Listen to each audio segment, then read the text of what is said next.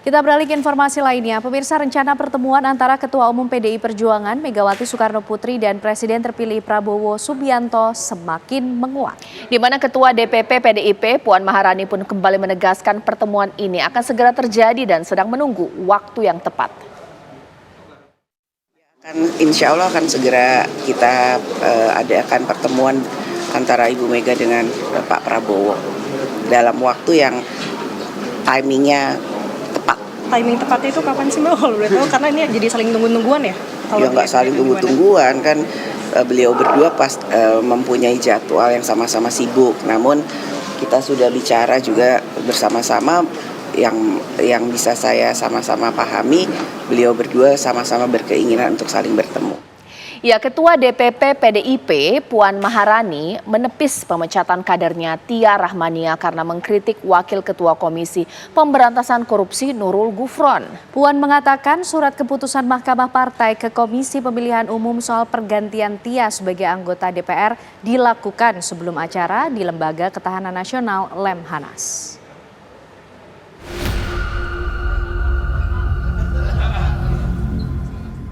Ketua DPP Partai Demokrasi Indonesia Perjuangan (PDI Perjuangan) Puan Maharani menepis pemecatan kadernya Tia Rahmania karena mengkritik Wakil Ketua Komisi Pemberantasan Korupsi KPK Nurul Gufron. Puan mengatakan surat keputusan Mahkamah Partai ke Komisi Pemilihan Umum KPU soal pergantian Tia sebagai anggota DPR RI dilakukan sebelum acara di Lembaga Ketahanan Nasional Lemhanas. Nggak ada hubungannya karena memang acara yang kemudian di Lemhanas itu kan dilaksanakan itu sebelum sesudah surat itu kemudian dilayangkan kepada KPU, jadi nggak ada hubungannya. Ini jangan kemudian ada salah pengertian, ini sepertinya ada perbedaan atau ada ketidaksukaan antara partai politik dengan KPK, tidak ada hubungannya. Berarti memang proses internalnya juga sudah berjalan sebelumnya juga ya? Silakan tanya ke DPP partai.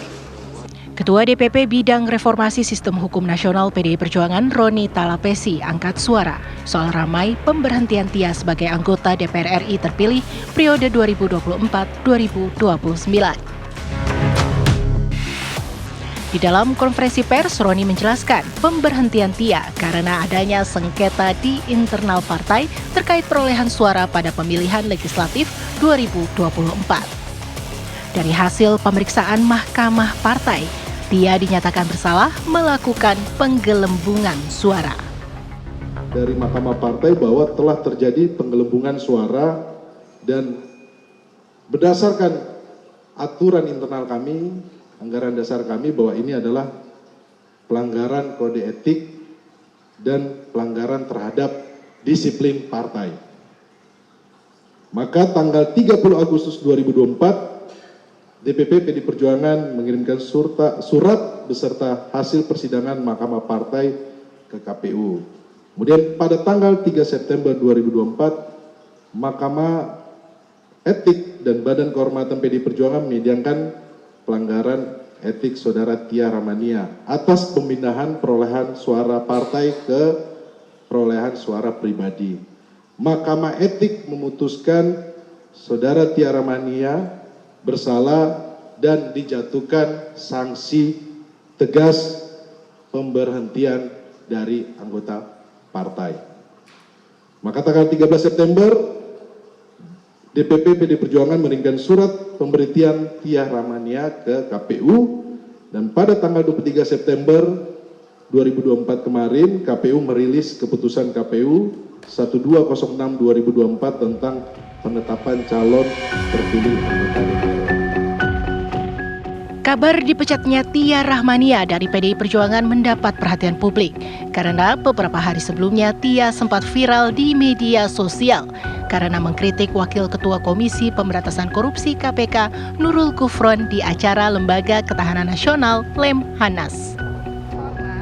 Daripada Bapak bicara yang teori seperti ini, kita semua tahu Pak, negara ini berada dalam kondisi tidak baik-baik saja. Mending Bapak bicara kasus Bapak, bagaimana Bapak bisa lolos Dewan Etik, kemudian dipetun sukses. Bagaimana kasus Bapak memberikan rekomen pada ASN? Bagaimana kasus-kasus Bapak yang lain Bapak bisa lolos? Mohon maaf Pak, Bapak bukan produk dari kami, ya. Bapak bukan produk dari kami. Itu satu. Korupsi itu intinya etika dan moral, Pak. Tia mengungkit kasus pelanggaran etik Gufron yang sudah diputus Dewan Pengawas KPK. Nah, Di pemilihan legislatif, Tia Rahmania sukses mendulang 37.359 suara yang sah dan berada di peringkat teratas untuk perolehan suara terbanyak bagi PDI Perjuangan. Tia bahkan menjadi satu-satunya kader PDI Perjuangan yang mendapatkan kursi di Dapil Banten 1.